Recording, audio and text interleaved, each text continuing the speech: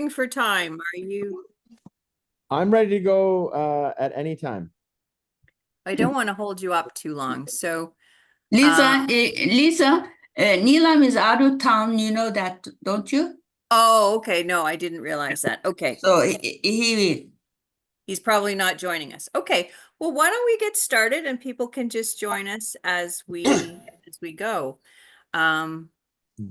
Welcome to our meeting, and we're very pleased to have Garth Nichols with us, who's going to give us a presentation on experimental education, artificial intelligence. I'm not quite sure. You're going to tell it, so thank goodness I'm not. I'll tell you all about it. So welcome to everyone. I'd say we would normally clap for you, but we can sort of do a little golf clap in our Yeah. I don't see any other guests, but it's great to see everybody. Okay, I will start off with a reflection which I prepared 2 weeks ago.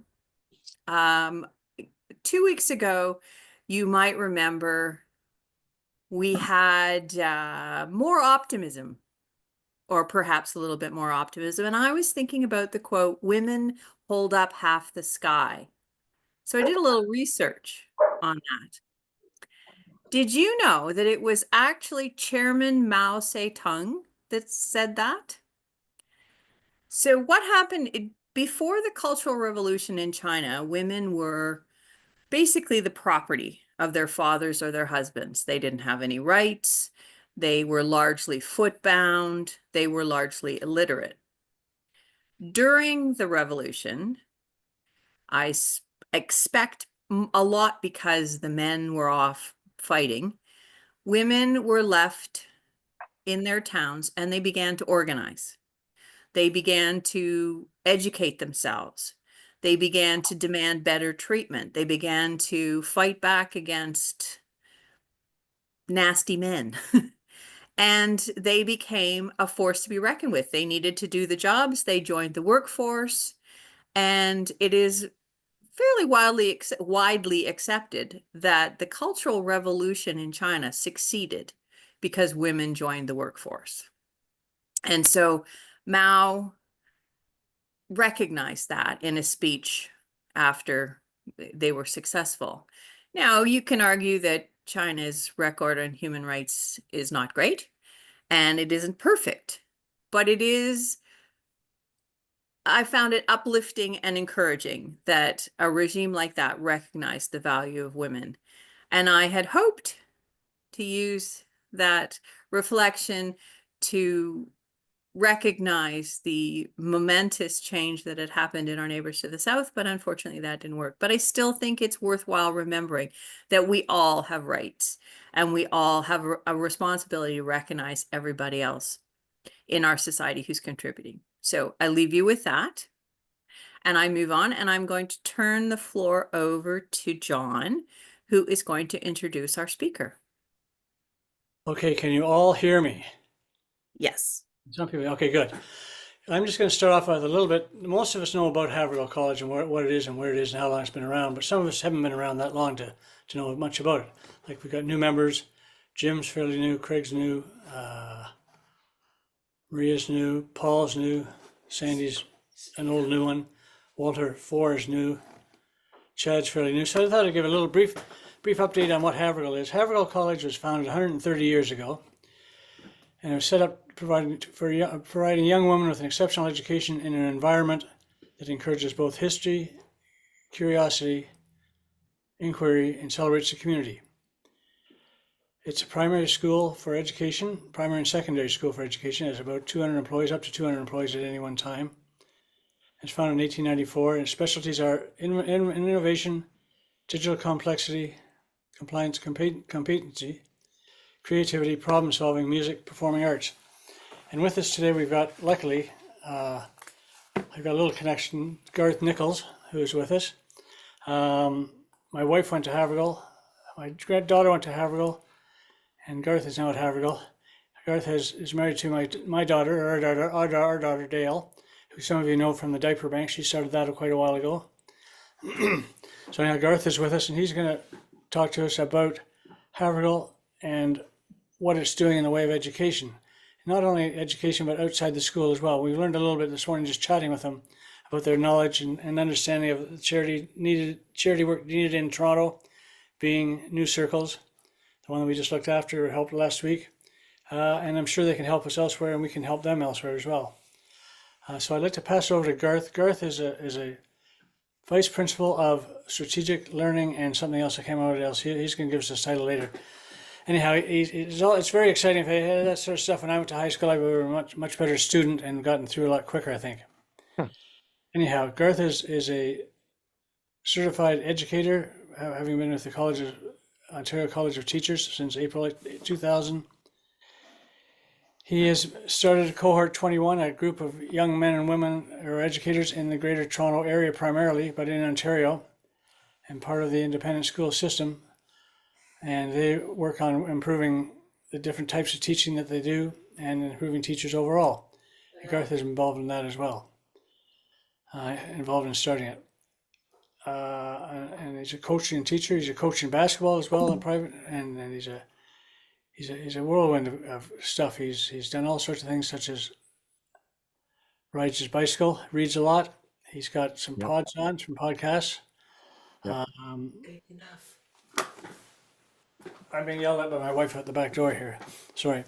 Yeah, John, you've covered so much. I'll just take it from here if that's all Okay, right. I'll pass on to you. Sure. Okay. I think one important point is that yes, my mother-in-law Rosemary went to Havergal. My wife went to Havergal, and we have 2 boys. So I have to work here. It's the only way to keep it in our family. But since I've started working here, my brother's 2 daughters now attend Havergal. So I've got skin in the game. And Lisa, I want to thank you for your opening reflection, because I am an absolute staunch feminist. This is why I work here. This is what I do. Havergal's mission is to prepare young women to make a difference. I am vice principal of experiential education and innovation. So I have the distinct pleasure of taking students around the world, setting them up to go to places like Colombia, where Nairobi, the Kingdom of Bhutan. We also go south to Florida. We're sending students to Argentina. We're sending students to the UK on exchanges and conferences, and they go out into the world and they come back with a lived experience that changes their perspective. What I want to talk to you about today is what's happening in their pockets, what's happening in their classrooms at Havergal College as it pertains to generative AI. And so for the next 15 minutes or so, I'm going to talk to you a little bit about what we're doing at Havergal College as it pertains to generative AI. So the purpose of the talk today, just sort of level set us a little bit on what generative AI is and how it works, to demonstrate what Havergal is doing, what we've done and where we are now. And then obviously some questions. And if it's okay, John and Lisa, I'll leave you with some resources, and I'll share this slide deck with everybody as well. But there are some great resources that are general to generative AI. And so it's my hope that we have a shared language and understanding of what generative AI is, and a consideration of where, when, and how generative AI might be a part of teaching or just learning in general. So before I really get going, just want you to consider this. What is a question that you're hoping gets answered today? And if you have it within you to write it in the chat, that would really help me out as I go along in my presentation to make sure that I'm hitting on some of those things. So we just open the chat and say, I've always had this question about generative AI since it really came out in November of 2022. How does it work anyway, Garth? Or, are kids using it to cheat all the time? All of these types of questions are welcome. So please feel free to use the chat as we go along. Okay. So this presentation is informed by many different people. I've worked with Simon Chow from Diversity Research. He did a massive study of Ontario teachers over the last 2 years and their use and generally feelings and considerations around generative AI. Mike Healy from Trinity College School, Justin Medved from the York School, and then Stephanie, Michael, Alana, and Jim and I are on a working team.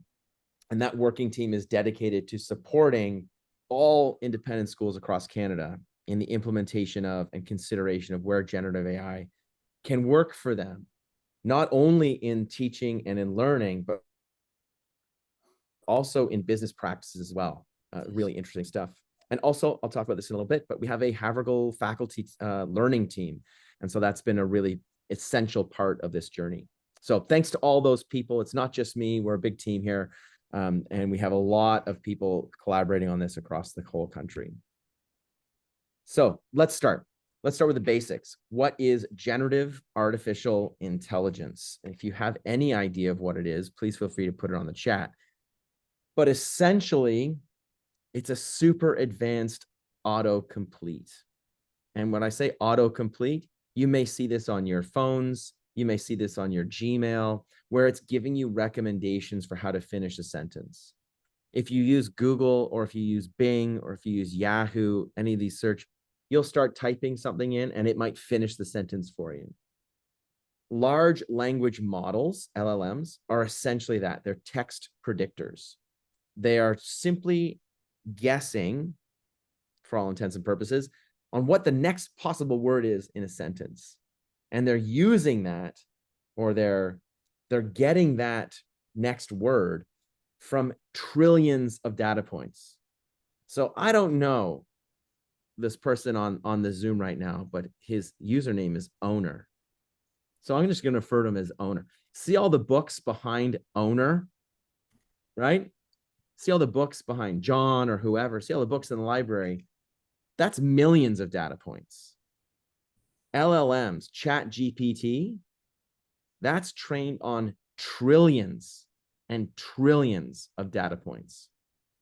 And what they're doing is they're saying across the entire languages that we use as human beings, when I say the cat sat on the, in all of this trillions of training data, I have learned as a computer, I have learned that the next possible one is mat. The cat sat on the mat. And so it will recommend that. If it's wrong, you won't use it. If it's wrong, you might give it a thumbs down as a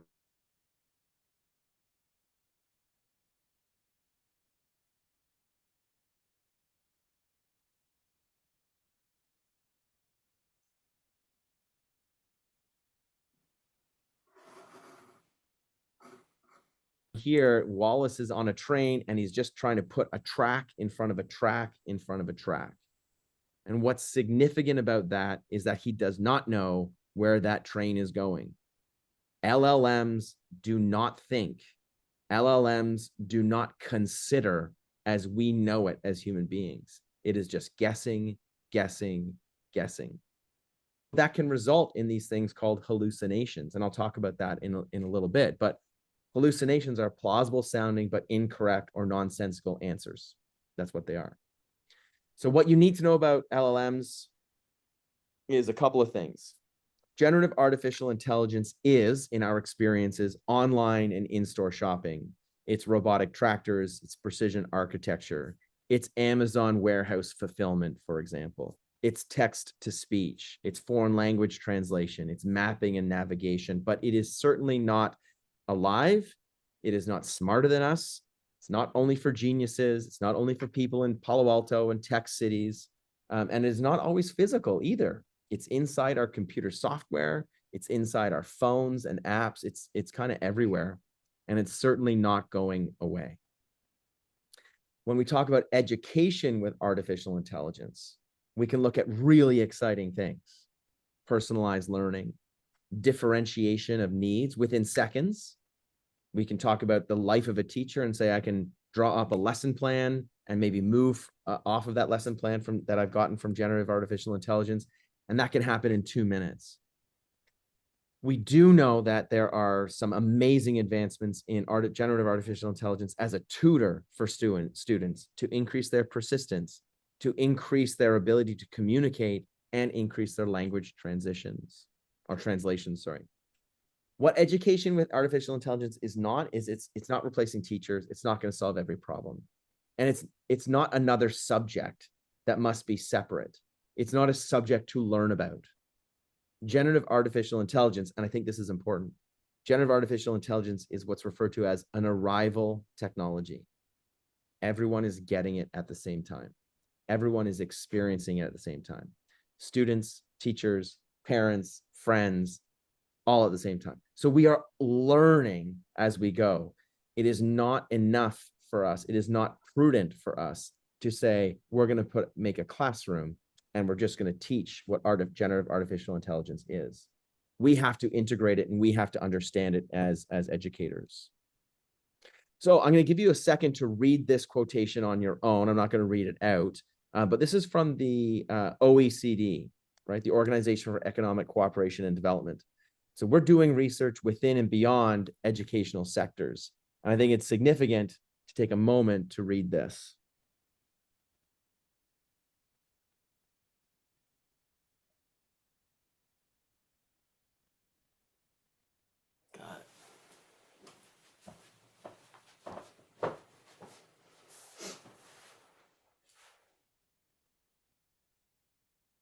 And I think what's significant about this quotation is that it shifts a pedagogy, it shifts the way we teach from having answers to supporting students in asking the right questions. We've all heard of the Rubik's Cube. Ernst Rubric is he has a very famous saying, which is that knowledge is heavy. It weighs us down. What's more important than knowledge is asking the right questions.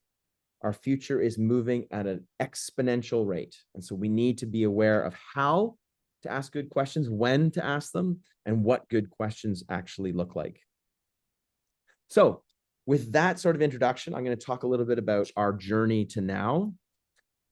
ChatGPT launched in November of 2022, and we had a small group of keen educators asking those questions. We even had students asking, students were using it. And perhaps they were using it a little too enthusiastically in some of our coursework. So we had individual departmental responses. English was asking certain questions and doing certain things. Math was asking certain questions and doing certain things. And it was messy. It was all over the place. And so I referred to this earlier, but we launched a generative artificial intelligence learning team with faculty members from the junior school to the senior school. We gave them licenses and asked them to start experimenting with it, what was good about it, what was bad about it. And we started gathering feedback on that experimentation. We started gathering feedback on the lived experience of students and the lived experience of teachers in the classroom. And it was messy. We were trying to figure out if students were using it to cheat. It was not a nice conversation all the time. And we started thinking to ourselves, how can we change that conversation? So we started testing and reviewing frameworks, articles, examples from within and beyond the educational sector. So World Economic Forum, the DQ Institute, the OECD, several others. Deloitte is another great thought leader in this space too. And we started asking, what's the workforce asking their employees as it pertains to generative AI? So we started doing some work. As John mentioned, I'm very connected across Ontario. And I mentioned that I do some work for our national governing body, which is CASE. And so we started creating rooms. You know that old saying, who is the smartest person in the room? I'm a firm believer that the smartest person in the room is the room. So build great rooms. So we started inviting more and more people into this conversation around how are you handling generative AI in education, teaching, and in learning. We started to report that back to our faculty. We started testing frameworks and guidelines, and I'll share those with you in a minute. And we arrived at a generative artificial intelligence framework 1.0. We launched that to our faculty. It's deliberately named 1.0, and we're already moving on to 1.2. Well, we named it 1.0 because we know that it will change as technologies change. And then we created professional development opportunities for our faculty in June of 2024, and then again, right before we came back in August of 2024. So we continue looking at generative artificial intelligence at Havergal. We've implemented a new pilot with a generative AI platform called Flint K-12, and we're getting feedback on that. We've started that pilot, and now we're learning alongside students and alongside other schools and alongside other networks. And so this has been a journey of about a year and a half. Like, it's been very, very quick. And if you had asked me a year and a half ago, would we bring in a generative AI platform for our students and faculty to use, I would have said, no, we're not ready for that yet. Well, it doesn't matter if we're ready for it. We need it because we have to be ready for it. And that's what I mean by an arrival technology. In our school alone, this is the number of people who've been involved. So I want to emphasize that generative AI in teaching and learning must be a wide conversation. So we've got generative AI team members, senior leadership team, and then our heads of department who are all involved in the creation of these documents that you'll see in a second, and also in the approach that we've taken. So we've produced 3 main documents: a framework, like a philosophical approach, student guidelines for using generative AI at Havergal, faculty guidelines for using generative AI at Havergal, and then we've created an appendix that goes along with it. So here are some wise practices of how to use it. So the framework is designed to support faculty and students and families, because we push this out to our families so they know, in understanding that we are a research-based stance as it pertains to generative AI, that our approach is one of leading the learning, and also how generative AI is supporting their daughters in their teaching and in their learning, and our faculty in their teaching. So the outcomes of this is to point to a specific way of using generative AI to guide their learning for specific purposes. The big message here, and this is really important, the big message here is that generative AI will never replace the relationship between teacher and student. That is the secret sauce of Havergal College. That's the secret sauce of most independent schools. And that is what is one of the main determinants of learning, is that relationship. So generative AI is not going to be interjected between the student and the teacher at all. It's meant to be education is meant to be very human-centered, and that's at the heart of our philosophy. So we've created these 2 documents, these guidelines, one for faculty, one for students, and these are designed to provide guardrails for students and faculty. They're not prescriptive. The educator in the classroom has the final say on how students can use generative artificial intelligence, when students can use generative artificial intelligence, how students can use generative artificial intelligence. We're not something that we're turning over to the students. And this really is meant to solidify the significance of the relationship between students and faculty. And then the last piece is from our research. We have these effective tips and strategies and protocols to ensure effective and responsible use of AI. You'll see at the bottom, it says, when permitted by faculty. So generative AI is integrated into our teaching. It does not overwhelm our teaching.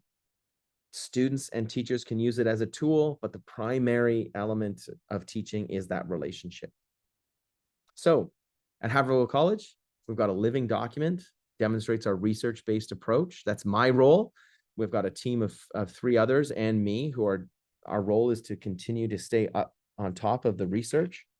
We have living documents to provide guardrails. And we also have an appendices that is research-based, peer-reviewed set of tools to ensure that our faculty are using this effectively and ethically, and to allow us to have the confidence and capability to use this, because we can't ignore it.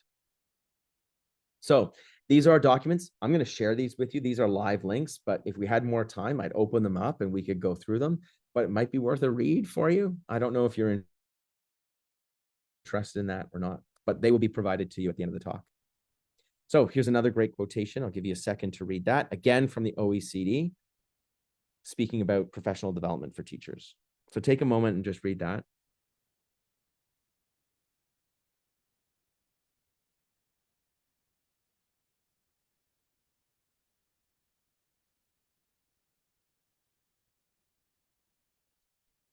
I mentioned arrival technology. We need to make sure that our faculty are being trained and they feel that they have the capability and the confidence to have a conversation with students who are using generative AI in many, many different ways, but they're certainly not using it to necessarily do the classroom academic learning piece. And so we've partnered with Simon Chow at Havergal College, and we've partnered with Future Design School, and we've spent, I think in total, about 6 or 7 hours of dedicated training, plus an AI learning team, plus tips and tricks that we send out all the time, plus student working groups. And so it's a constant conversation. that we're having around how the school is managing generative AI. So I think that's a really important piece, the arrival technology, training, and professional development. And so we couch this in this concept that Havergal is a place of learning. We want to be a lead learning organization. We are embracing generative AI. We are not having the mindset of whack-a-mole, trying to figure out who's cheating and how to prevent it. What we're trying to do is have a conversation with our students so that they can engage in it, because it is going to be a skill for the future. So these are the two main pieces of professional development that we've been using with our students. And we continue that conversation as a lead learning organization. I love presenting on this stuff because I get feedback from folks like you. I get feedback from other educators, and I bring that into the school and add it into our resources, add it into our professional development and other ideas. At the end of it, we want to teach our students how to think, not what to think. And I won't go into too much detail around this because my time is running short, but this concept of algorithms. So if you ever watch Netflix and it comes up with these recommendations for you, the same is happening with the way that we think when we turn it over to algorithms, when we turn it over to social media, when we turn it over to feeds that we are constantly looking at or taking in. At Havergal College, we are contemporary liberal arts education. We teach students how to think. We teach students there's some great things. Constructive doubt, right? So doubt not to dismiss, but constructive doubt. I wonder if that answer is correct that I'm getting from ChatGPT. What other questions can I ask it to validate that response? So we're teaching them about critical thinking and creative thinking at the same time. We're not teaching them what is right and what is wrong. So there we are, about 20 minutes. I'd be interested. I've just been following the chat. Be really interested in any questions that you have around generative AI. You can put them into the chat, but Glenn's asked one that I'll kick off on. But John McIntosh, I'm looking at you for time, okay? So let me know if... Yep. Great. Lots of time. So Glenn asks, as an ex-teacher, how has AI impacted assessment of students? It's a great question. So I'll give you a scenario. One scenario is this, that when students submit assignments, these assignments are done in Microsoft Word. I'll just stop sharing my screen. These are assignments done on Google or in Microsoft Word, and they submit it on our learning management system. So they go to a Dropbox and they upload their file and it goes into the learning management system. When it does this, that learning management system has a generative AI detector.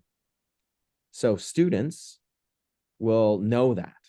And so when they submit it, they know it's going to be scanned and they're going to be looking for certain watermarks of whether or not this was supported or written in part by generative AI.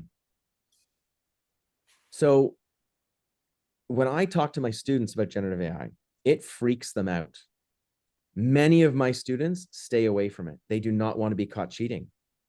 That's way more drastic. So they actually are not using it as much as we think they are using it. So that's one scenario. Another scenario is in our English department when we when we're giving an essay, or let's say it's a written assignment. It's very specific. You can use generative AI to brainstorm the following concepts or answers to these questions. And so students are able to use it in one way in the process of writing. Flip that. You are not allowed to use generative AI in the writing process until your essay is complete and you can use it for spell check, grammar check, those types of things. If you flip that even further, you can say, here, students, I've actually created an essay using generative AI. You mark it. How accurate is it? How good is this? So those are just some ways that it's been utilized. I do think the best way to learn about generative AI, and I do this with my students in grades 7 and 8, in a course that I teach, is I ask them to interview it. Where do you get your answer? Dear generative AI, where do you get your answers from? Can you lie to me? Dear generative AI, have you ever been wrong? You ask it these types of questions, you get great responses. Another great one is, where did you get the answer to this question? Because, and I'll just do a really quick digression. I'm not sure you may have heard about this, but there's a lawyer, I think in British Columbia, and you can look this up. I may be wrong about the location, but essentially this lawyer went to ChatGPT to find case precedent to support his argument. ChatGPT came up with 2 case law to support his argument. It was entirely false, both of these. So he has been disbarred or is in the process of being disbarred because he didn't fact check it. Because generative AI, at its heart, if it has a heart, wants to please you, the user. It wants to make you happy with its response. It's always trying to get on your good side. And it's been trained on human data. So you can say, I'll give you $100 to do this really well. I'll give you $1,000 to do it really well. Its response improves. If you speak to it like a human, you're doing such a great job, ChatGPT. Keep going. I want you to change your voice to this. It will respond better. So anyway, that's a really interesting digression. That's why we need constructive doubt. That's why we need lateral thinking, lateral research to make sure that its responses are valid. And that we're using it in a proper way. So I digressed from Glenn's question, but those are some impacts on the assessment. Walter number one asks, why use the adjective generative when other classes of AI, what other classes of AI are there that are not generative? Yeah, there's some that are trained very specifically to respond. So if you ever do online shopping, that's just an algorithm. That's just using words. It's scripted. It will get back to you. Generative AI is the ability for a machine to create new content, a machine to create responses to your questions, images, music, song that are not in the world, right? So it's generative. So it's creating these things.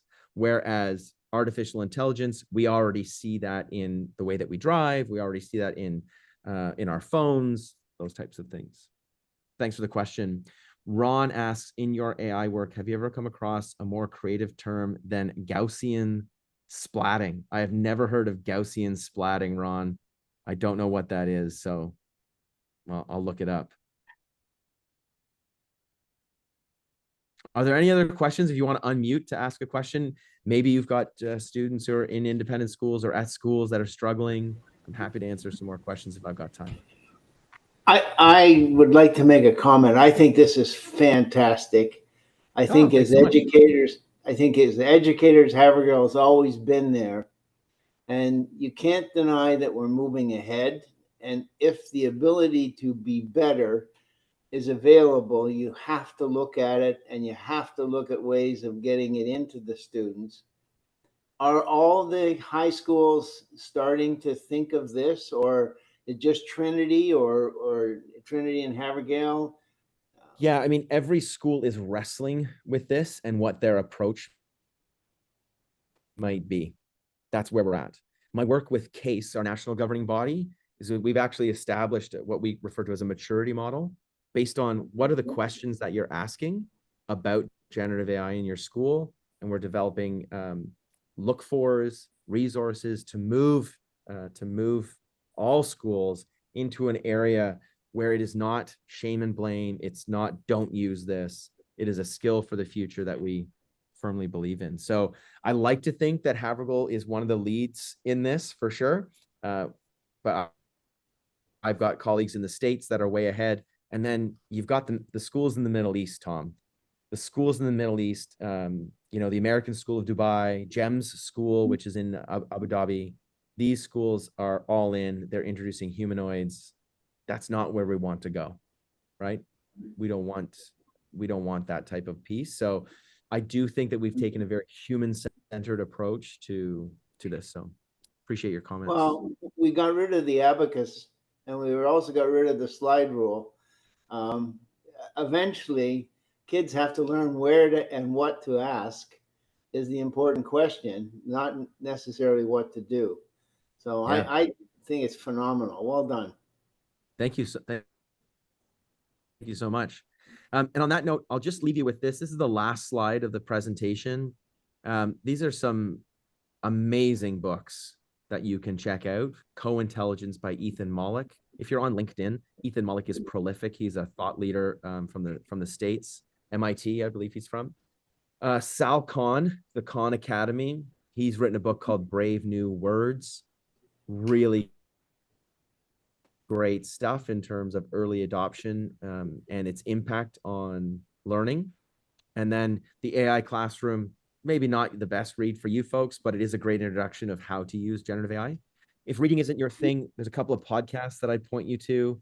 Hard Fork by the New York Times is an incredible podcast. And I've given you 2 specific episodes there. And then some links to videos, you know, a 101 for AI 101 for teachers, bringing AI into the classroom, the AI webinar as well. So these are great resources. There's also free courses if you're super interested. I pass these on to my faculty. These are some introductory courses that give you a sense of what I've talked about, but a little bit more detail. So there you go, folks. Thanks for the great questions. Thank you so much for having me. I think it's so important that that you're interested in these, that we're having these conversations across the spectrum of society, because generative AI in education is one thing, but it's everywhere, and it's just going to become more and more of a talking point and a consideration. So thanks so much. Well, thank you, Garth. That was wonderful. I feel smarter. I'm going to turn the floor over to Sandy to thank you on behalf of the group. Sandy, you there? You're muted. Mr. McKellar.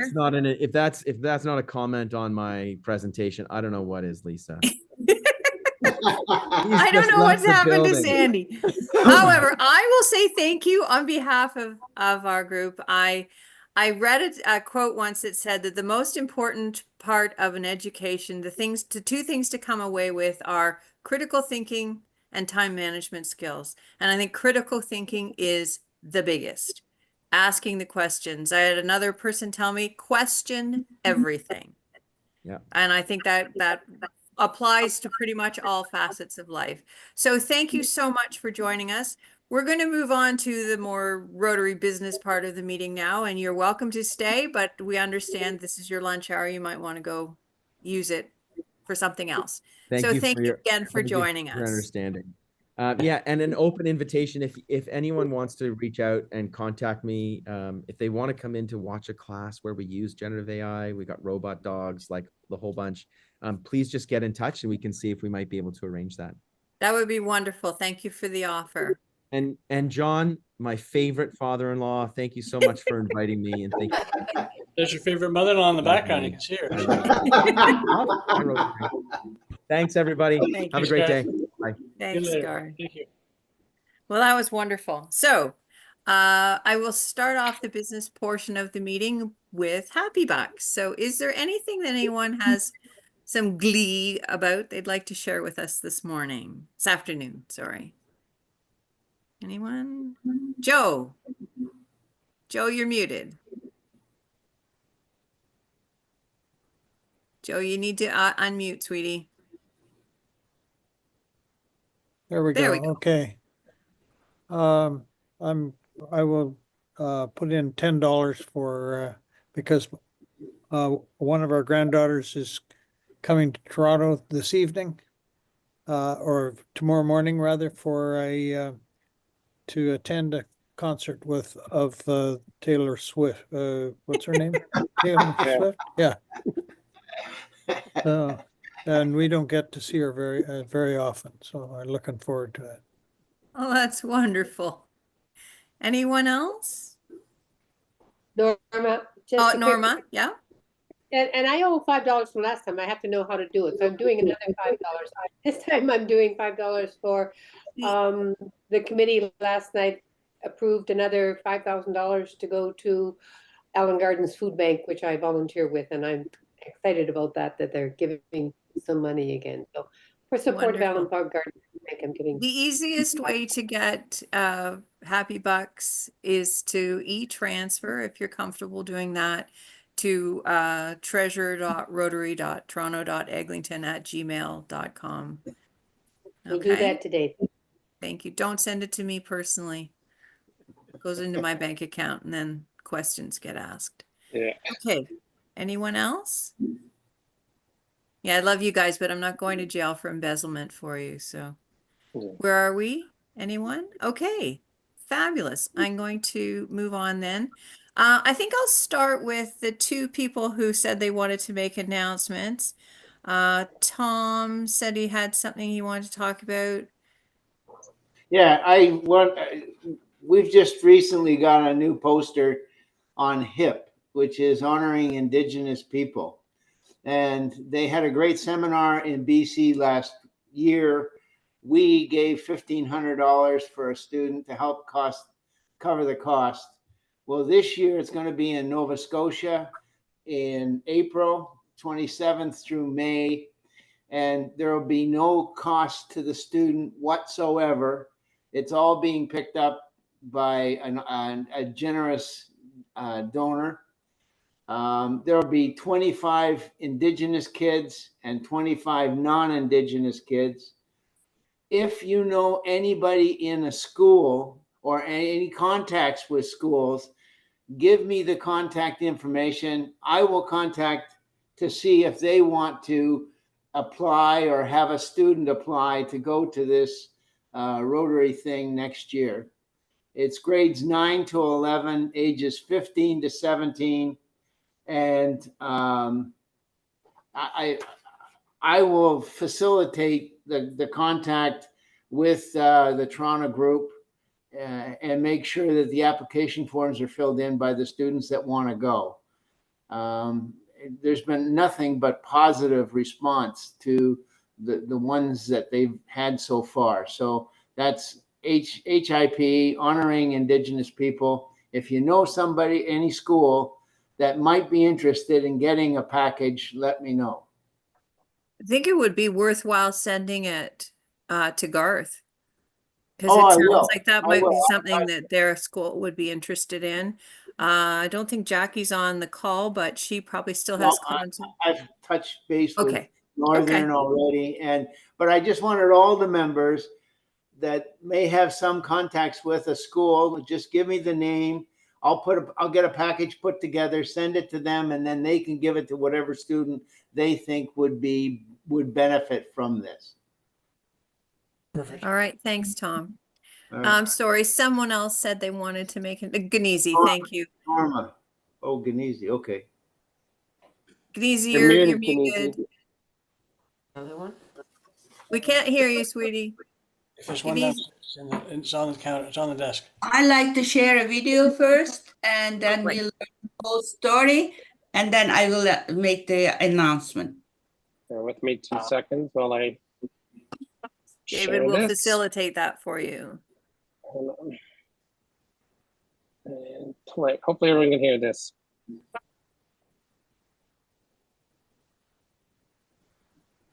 Not yet. Nothing? Not so far. Oh, hold on then. It's playing here. You're frozen, David. We can hear you, but your video has shut down. Are you getting another hurricane? No, and maybe just my sister's down here doing some. You see that? Nope. No. Hold on. Bear with me. Okay. Let me go back to Zoom. You can see me. So let me see Yes, if I can. you are moving again. Okay. Start broadcast. Okay. Ah, here we go. Yeah. Let me just. Oh, there's make sure. Disney. There. Do you see that now? Yes. The boys used to think the girls were stupid, and that's why they were quitting school.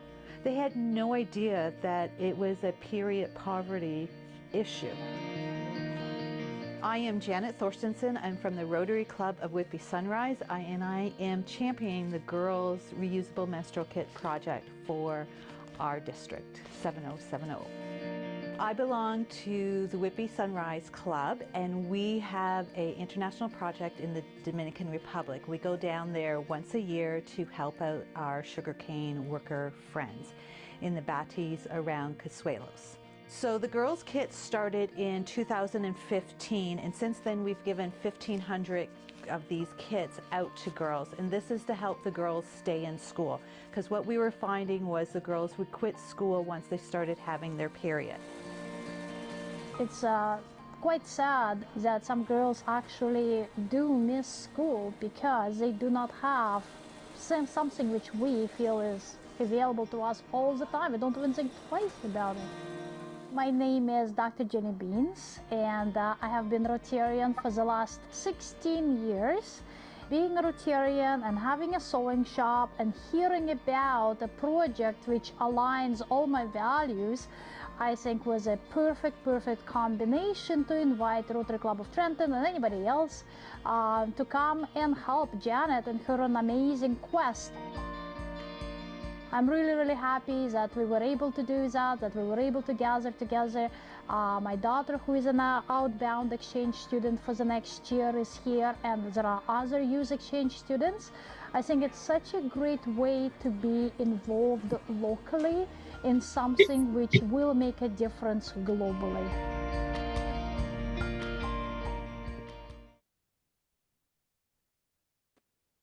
Okay. So, what are exciting enhanced projects of Whitby Rotary Club? So, our International Service Committee has committed to supporting this project in May and booked our group for Saturday, November 30th at 10 a.m. Janet, who's the champion of the project, will provide sewing machines, fabrics, and all other needs. We are providing the room with tables and power.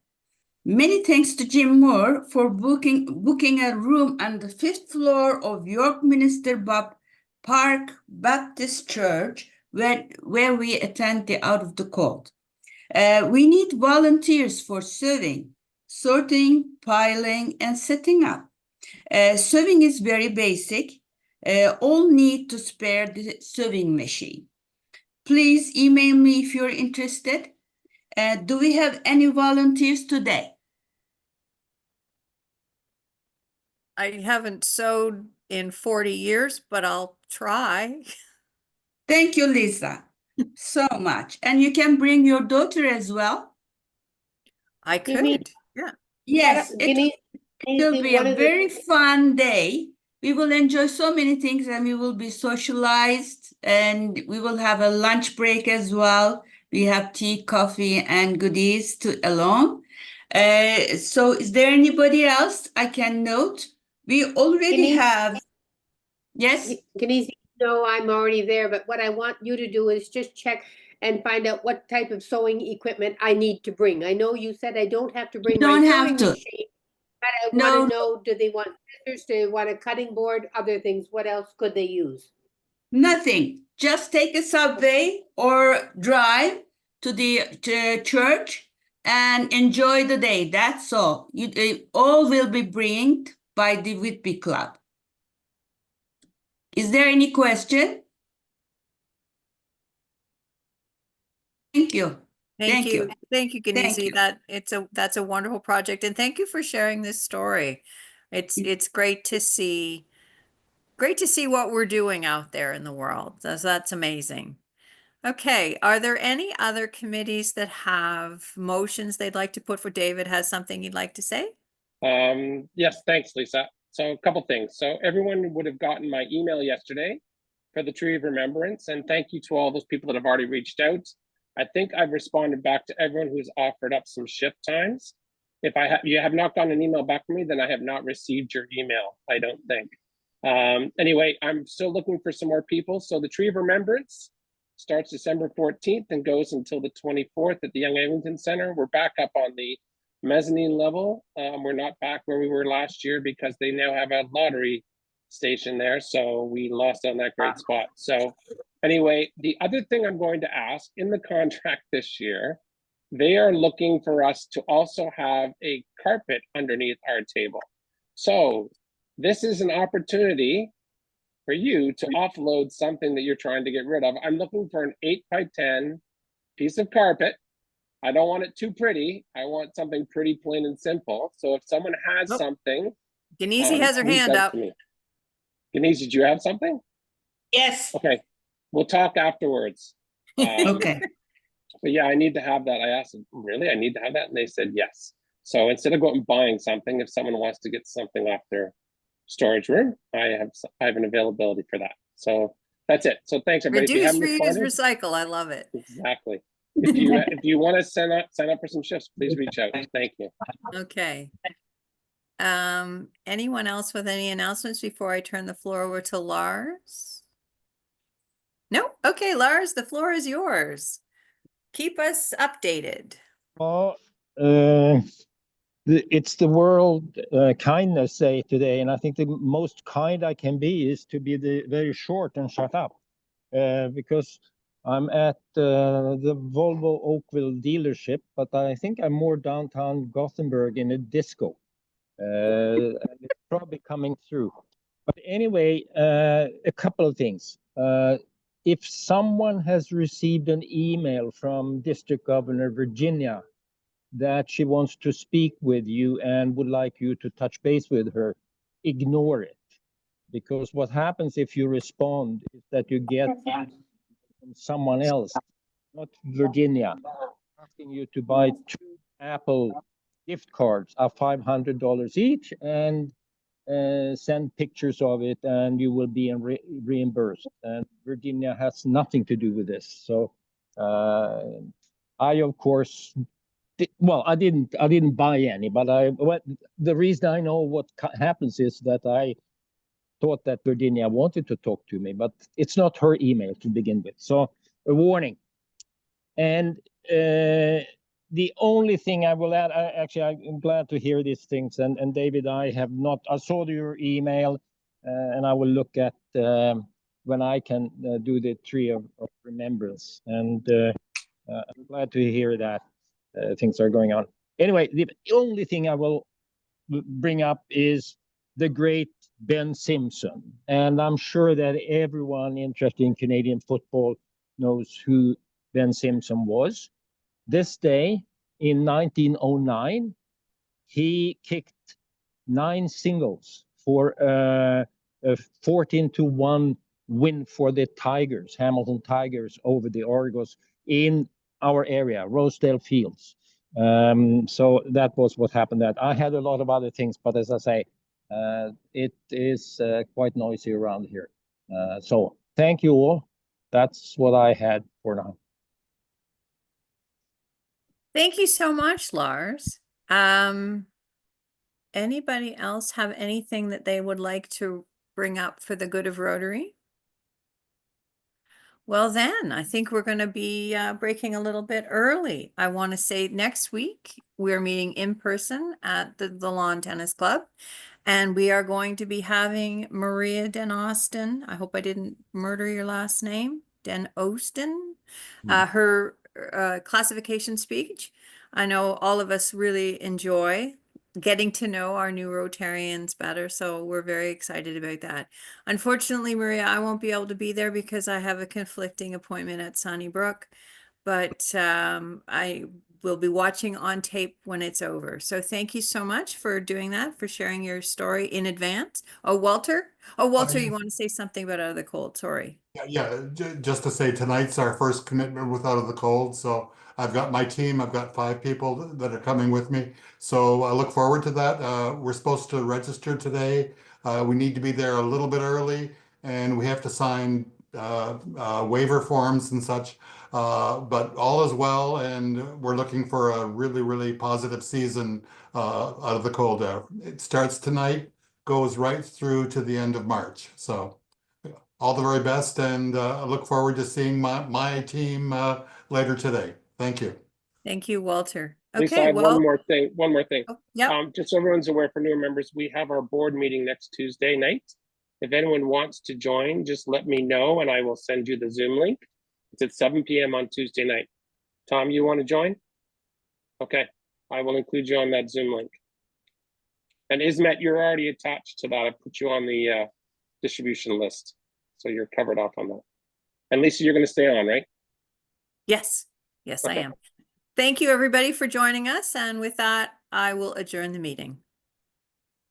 Bye.